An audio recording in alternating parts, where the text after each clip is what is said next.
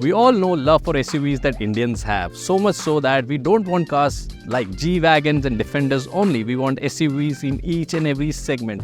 So much so that we have a micro SUV segment which is sub 4 meter, and we already have one player in it, which was the Tata micro SUV Tata Punch. But we have a new entrant. This is the Hyundai Exter, and this might change the fortunes not just for Hyundai but the whole segment. Now Hyundai is aiming at 15,000 plus units every month. In fact, they've already received 15,000 plus bookings for this car. Now I personally love this khaki color. Do let me know how do you think and what do you think of this color. Talking about the overall design of this car now, what I personally feel that this could have been a connected LED which you might get in the facelift of the car. Well, let's not get ahead of our times and talk about what we get right now. So first up, you see how botched up an SUV looking this car is. Now it doesn't look like a micro SUV at all. You see this riveting kind of textures, this cladding all over, this piano black finish that runs on the front and also on the sides and included in the interior also. So the theme continues where it looks like a massive SUV, botched up SUV, but there are key elements that really stand apart which you have never seen in any Hyundai car, like these DRLs with H Hyundai logo. Also give you that hammer vibe and looks really fantastic. You also get halogen headlamps and a lot of other features that we'll talk about when we move around the car. So let's talk about the side design of the car and how SUV-ish it looks from the side also. So what makes an SUV an SUV? It's not just the design or these beefed up exteriors, it's also the ground clearance. In this car, you get 185 mm of ground clearance and a lot of plastic cladding all over the car to protect your car. And also, if you don't know, 185 mm is a great amount of ground clearance. If you didn't know, it was the same ground clearance or even more than the first gen Scorpio. So you can imagine Scorpio being a proper SUV. This one gives you almost the same amount or more than that in terms of ground clearance. What you get here is really nice, well-designed alloy wheels which are 15 inches, but I feel that it could have been 16 inches wheelers on this one. In terms of design on the side, you can see sharp lines running across the board. You also see this beefed up from the rear angle, and if you see the quarter panel is again that piano black finish, and also a lot of elements of an SUV like the roof rails, blacked out roof, sunroof, shark fin antennas. Now moving on to the rear profile of the car, it's very distinctive like the front. Hyundai has really left no stone upturned, and you can see it matches the front rear elements. You can see that same H element in the rear light also. The piano black continues here. Big huge Hyundai logo like you saw in the front.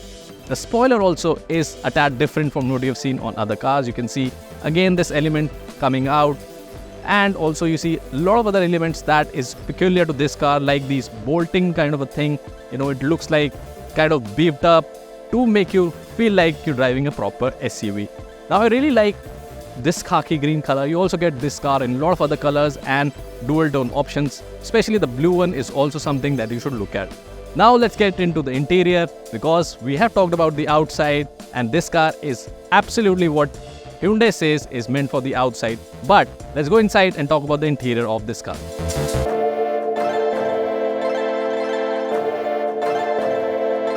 Hyundai as a brand has an uncanny ability to give you segment first, segment best features, and this car is loaded with such features. Now talking about those segment first features, you also get a dash cam which is segment first. Now this is not just for your protection or insurance purposes, this is also for your entertainment, where you can click pictures, record videos of your friends and family when traveling together. Now carrying on those features, you also get footwell lighting, cooled glove box, wireless charging, Android Auto, Apple CarPlay, USB Type-C port, USB-A port, fast charging, and a sunroof. So those are the features that are really eye-catching. You also get tech features like 60 plus connected tech features, bilingual languages, where you can ask the car to open the sunroof for you in Hindi, English, or other regional languages. So in terms of display, you get two set of displays. One is the infotainment screen, which is 8 inches with 60 plus connected features. You also get an instrument cluster, which is completely digital, reminds you of the Venue, Verna, and the i20. So all that features that you get in premium segment cars is in here also. You also get your automatic AC controls and a lot of space in this car, which we'll talk about it later. In terms of seating comfort and design, I think the seat is really nice in terms of design. You see this piping right over here, is what matches the color of the car. So if it's a blue car, the lining would be blue here. Also, the same elements would go to AC vents and AC controls, which is a top-notch thing that Hyundai does. Also, you see the Exter batching on the seats. But for me, I think the seats a bit on the harder side. I would have liked it a little more comfy and more cushioning when it comes to seating comfort. Also, the headrests are fixed, which is a bit uncomfortable for people who like adjustable headrests. So that's all about the interior in terms of the cabin space and everything. Now let's move on to the rear and see how much space do you get on the rear seats. In terms of rear seat comfort, Hyundai has done two things very cleverly. It has scooped out the front seat and also the roof, so that gives you a lot of headroom, a lot of legroom, and of course it has a good amount of thigh support. And we tried sitting three of us together and we could sit in comfortably. We also had 3 seat belts, but the middle passenger would not have his own headrest, that's all. But you get bottle holders on all doors, which is always an add-on. One thing I definitely miss is an armrest in this car. That's about it. I think the interior is really, really nice. In terms of boot space, you get 391 liters of boot space, which is ample for your storage of bags and suitcases.